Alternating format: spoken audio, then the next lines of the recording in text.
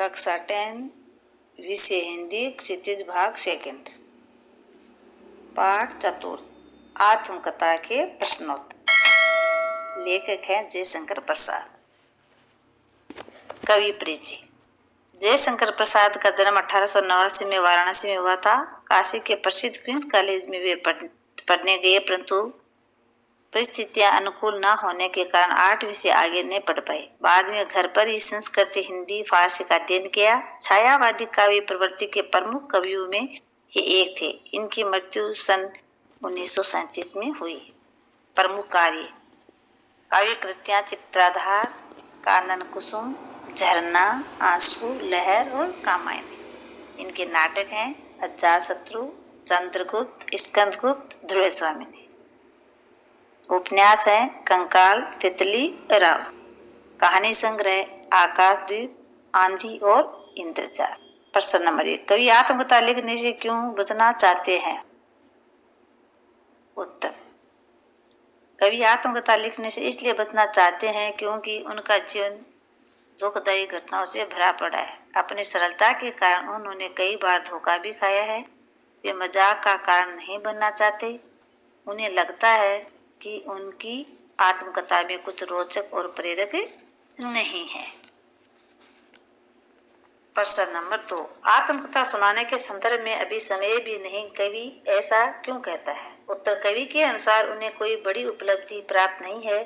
उनका जीवन संघर्षों से भरा पड़ा है। वह अपने अभावग्रस्त जीवन के दुखों को खुद तक सीमित रखना चाहते हैं। इसलिए कवि कहते हैं उनके आत्मकथा लिखने का अभी समय नहीं हुआ, यानी वे अपने दुख की बात को दूसरी जगह बांटना नहीं चाहते। इसलिए कहते हैं कि आत्मकथा लिखने का समय नहीं हुआ।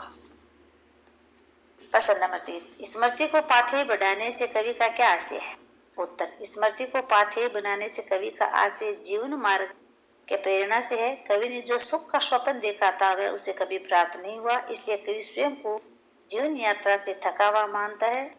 जिस प्रकार पाथेय यात्रा में यात्री को सहारा देता है, आगे बढ़ने की प्रेरणा देता है, ठीक उसी प्रकार स्वप्न में उसके द्वारा देखे हुए सुख की स्मृति भी कवि को जीवन मार्ग में आगे बढ़ने का सहारा देती है। प्रश्न नंबर 4, भाव स्पष्ट कीजिए। मिलता कहाँ वह सुख जिसका मैं स्वप्न देकर जाग गया, आलिंगन में आते आते मुस्कुरा कर जो भाग गया। उत्तर: कवि कहना चाहता है कि जिस प्रेम के कवि सपने देख रहे थे वो उन्हें कभी प्राप्त नहीं हुआ। उनका जीवन हमेशा उस सुख से वंचित ही रहा। सुख उसके बेहद करीब आते आते उसे तो चला गया है। जिसके अरुण कपोलों के मतवाली सुंदर छाया में अनुरागी ने उषा लेती थी निज सुहाग मधुमाया में। उत्तर: इन पंक्ति में कवि ने अपने प्रेयसी के सौंदर्य का वर्णन किया। वे कहते हैं कि उनके प्रेयसी के गालों की लालिमा इतने अधिक है कि उषा की लालिमा भी उसके सामने फीकी है। इसमें कवि अपने प्रेयसी की लालिमा है उसको उषा की लालिमा से ज्यादा बताता है। इसमें व्यतिरेक अलंकार है। जहाँ पर उपमा को नेगलेक्ट करके उपमेय को ज्यादा अच्छा बताया जाता है, वहाँ व्यतिरेक अलंकार हो। प्रश्न नंबर 5, उज्जवल गाथा कैसे गाऊं मधुर चांदनी रातों की, कथन के माध्यम से कवि क्या कहना चाहता है? उत्तर: अपने प्रेयसी के साथ बिताए निजी प्रेम के मधुर और सुख भरे क्षणों को कवि किसी के सामने प्रकट नहीं करना चाहते। चांदनी रातों में बिताए गए वे सुखदायक क्षण किसी उज्जवल गाथा की तरह हैं। इन स्मृतियों को वे औरों को बताकर अपना मजाक नहीं उड़ाना चाहते। उन स्मृतियों को वे निजी संपत्ति की तरह अपने तक रखना चाहते हैं। यानी कवि है जब अपनी प्रेमिका से मिलते थे और चांदनी रात में जो एक साथ सुखदायक क्षण बिताए थे उनको दूसरों के सामने बताना नहीं चाहते, क्योंकि लोग उनकी मजाक उड़ाएंगे। इसलिए उनको अपनी निजी संपत्ति की तरह अपने तक ही रखना चाहते हैं। प्रश्न नंबर 6, आत्मकथा कविता की काव्य भाषा की विशेषताएं उदाहरण सहित लिखिए। उत्तर: जयशंकर प्रसाद द्वारा रचित कविता आत्मकथा की विशेषताएं निम्नलिखित है। कवि ने खड़ी बोली में कोमल शब्दों का प्रयोग किया है, जिसके अरुण की मतवाली सुनकर छाया में।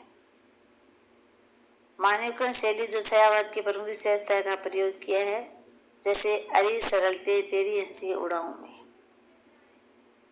तत्सम शब्दों का प्रयोग प्रमुखता से किया है, जैसे इस गंभीर अनंत नीलिमा में असंख्य जीवन इतिहास।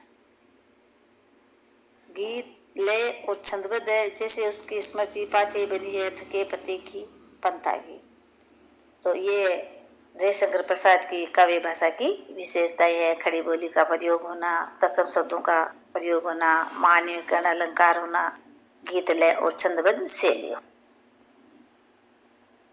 प्रश्न नंबर 7, कवि ने जो सुख का स्वप्न देखा था उसे कविता में किस रूप में अभिव्यक्त किया है? उत्तर, कवि के सुख स्वप्न में उन्हें अपने प्रेयसी के साथ कुछ क्षण बिताने का मौका मिला। आलिंगन में लेने से पूर्व उसकी प्रेयसी उनसे दूर चली गई। चांदनी रात में प्रेयसी के साथ हुई बातें सदा के लिए दुख में तब्दील हो गई।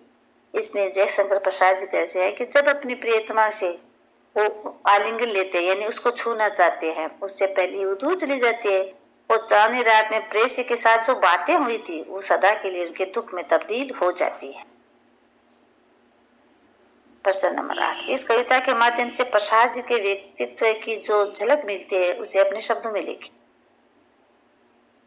उत्तर, जयशंकर प्रसाद जी की छायावादी काव्य के प्रवर्तक है। उनका जीवन सादगी भरा रहा। उन्होंने अभावग्रस्त जीवन जिया। वे विनम्र स्वभाव के थे। दिखाई नाम की कोई चीज उनके जीवन में नहीं रही। उन्होंने धोखे खाए परंतु अपनी सरलता और भोलापन नहीं छोड़ा। अपने कमजोरियों को वो सबके सामने लाने में हिचकते थे, क्योंकि उन्हें पता था कि ऐसा कर वे उपहास का पात्र बन जाएंगे। वे अपने दुखों को खुद तक सीमित रखना चाहते थे।